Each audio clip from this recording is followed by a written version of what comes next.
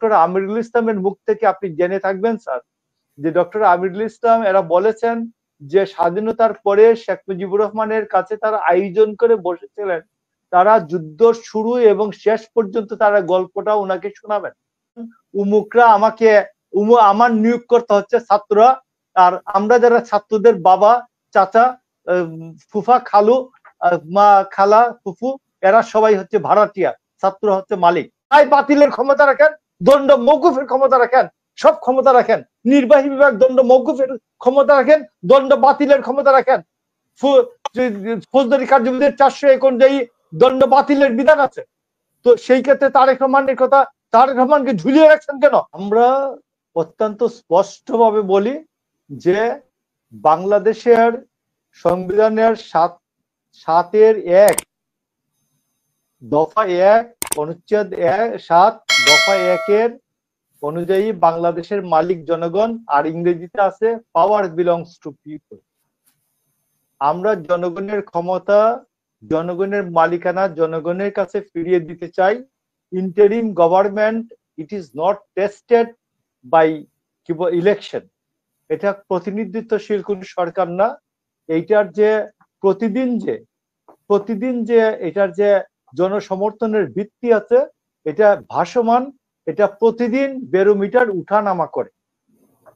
তো আপনি দেখবেন প্রতিদিন এই বেরোমিটার নামছে। তো এই জন্য আমি আপনাকে বলছি যে এই সরকার, ডক্টর ইউনূসের সরকার আনপপুলার হওয়ার আগে, সমস্ত মুখোশ খসে পড়ার আগে যেন ডক্টর ইউনূস তার মান ইজ্জত রেখে তিনি সাইড লাইনে যেতে পারেন, এবং আমাদের সর্বজন যেভাবে তার একটা সুন্দর ভাবমূর্তি আমাদের হৃদয়ে আছে, এই ভাবমূর্তিটা যেন আমাদের হৃদয়ে অক্ষুণ্ণ থাকে।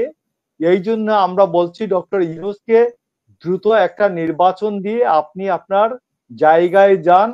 বাংলাদেশের রাষ্ট্র এইগুলি যা আছে, উত্থান পতন সমস্ত কিছু বাংলাদেশের জনগণের নির্বাচিত প্রতিনিধিরা দেখবে।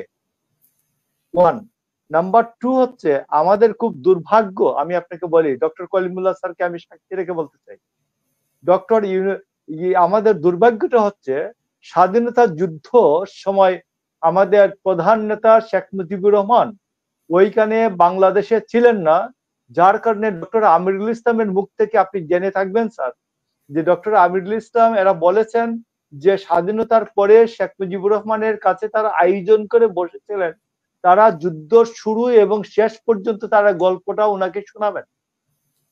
কিন্তু দেখা গেল 10-15 মিনিট পরে শেখ মুজিব নাক ডেকে ঘুমাচ্ছেন, এই তার বেডরুমে বিষয়টা আয়োজন করা হয়, এবং তার পাশ ঘিরে তাজউদ্দিন আহমেদ, ব্যারিস্টার আমিনুল ইসলাম এরা বসেছিলেন।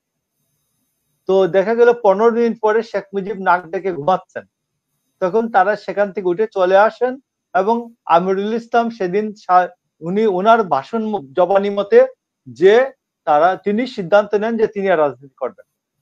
তো আর আমাদের এই যে ডক্টর ইউনূসের এইবার দুর্ভাগ্য হচ্ছে, 2024-এর দুর্ভাগ্য হচ্ছে, এই পুরো মুভমেন্টটার সময় ডক্টর ইউনূস বিদেশে ছিলেন এবং এত ব্যস্ত ছিলেন অলিম্পিক নিয়ে, বাংলাদেশ সম্বন্ধে তার জানার কোনো ব্যবস্থা ছিল না, অবলোকন তো সম্ভব হয় নাই। তো সেই জন্য ডক্টর ইউনূস কখনো বলছেন উমুকের মাস্টার মাইন্ড হচ্ছে এই আন্দোলন, উমুকের কৃতিত্ব হচ্ছে আন্দোলন, উমুকরা আমার নিয়োগ করতে হচ্ছে ছাত্ররা, আর আমরা যারা ছাত্রদের বাবা চাচা ফুফা খালু মা খালা ফুফু এরা সবাই হচ্ছে ভাড়াটিয়া, ছাত্র হচ্ছে মালিক। ইটস নট রাইট, এটা ডক্টর ইউনূস সঠিক বলেন নাই।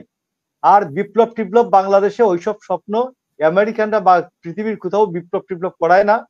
আমেরিকানরা তার অস্ত্র বেচা দরকার, তার আদার্স স্বার্থ, এই সমস্ত কিছু তারা দেখে, তাদের কাছে সত্যতা মিথ্যতাটা হচ্ছে অস্থায়ী আর স্বার্থটা হচ্ছে স্থায়ী। এটা কূটনীতিতেই মূল কথা, যে স্বার্থ স্থায়ী, সত্যতা মিথ্যতা হচ্ছে অস্থায়ী।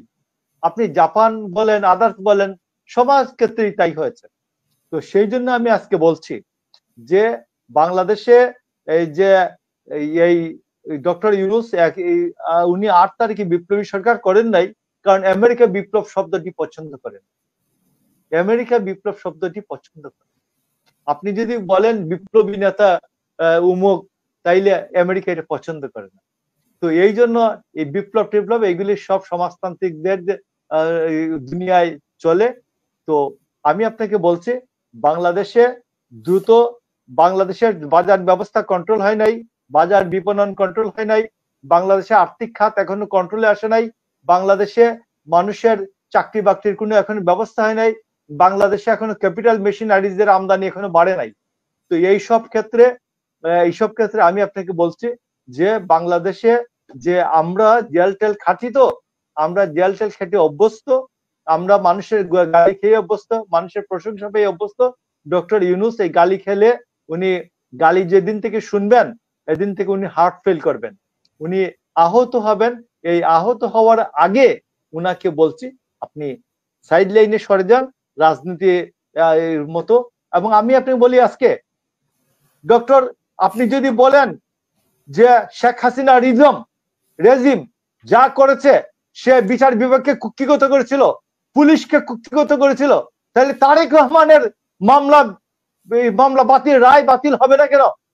রাষ্ট্রপতি অনুচ্ছেদ 49 অনুযায়ী তিনি রায় বাতিলের ক্ষমতা রাখেন, দণ্ড মওকুফের ক্ষমতা রাখেন, সব ক্ষমতা রাখেন।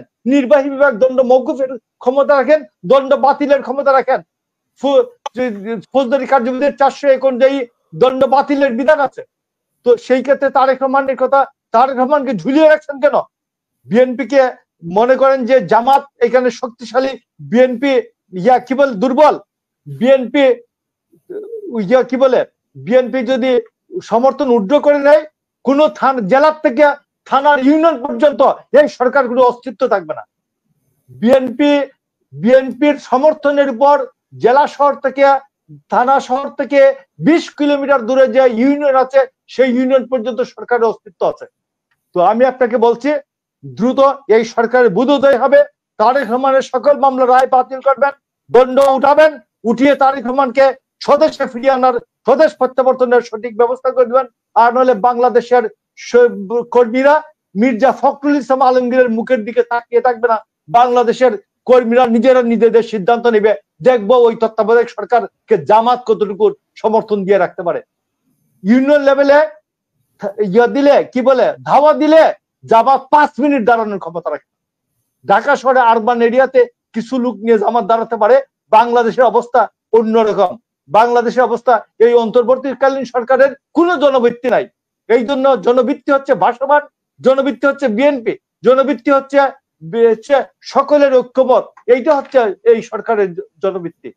সকলের ঐক্যমত যেদিন বিভেদে আলাদা আলাদা হয়ে যাবে, এই দিনে এই সরকারের পতন হবে। এই জন্য সরকারের পতন হলে আমি আপনাকে বলছি এটা ভালো নয়, কারোর জন্যই ভালো হবে না। It will be bad signal. Jamaat নির্বাচন না করে বহুদিন ক্ষমতা এনজয় করতে চায়, নির্বাচন না করে তিনি ক্ষমতাকে আলিঙ্গন না, ক্ষমতাকে এমনি বৈধ কলেমা ছাড়া ক্ষমতাকে আলিঙ্গন করে থাকতে চায়। বিএনপি বলে নো, নির্বাচন দেন, বৈধভাবে আলিঙ্গন আবদ্ধ হইতে চাই। যদি আমরা ক্ষমতায় আসি, আমরা ক্ষমতায় থাকবো, অপোজিশনে বসতে হয়। তারেক রহমান গত 28শে অগাস্ট বলেছেন, যদি আমরা বাংলাদেশের জনগণ আমাদের সমর্থন না দেয়, অপোজিশনে বসবো, নো প্রবলেম, নির্বাচন দেন। অনেক অনেক ধন্যবাদ।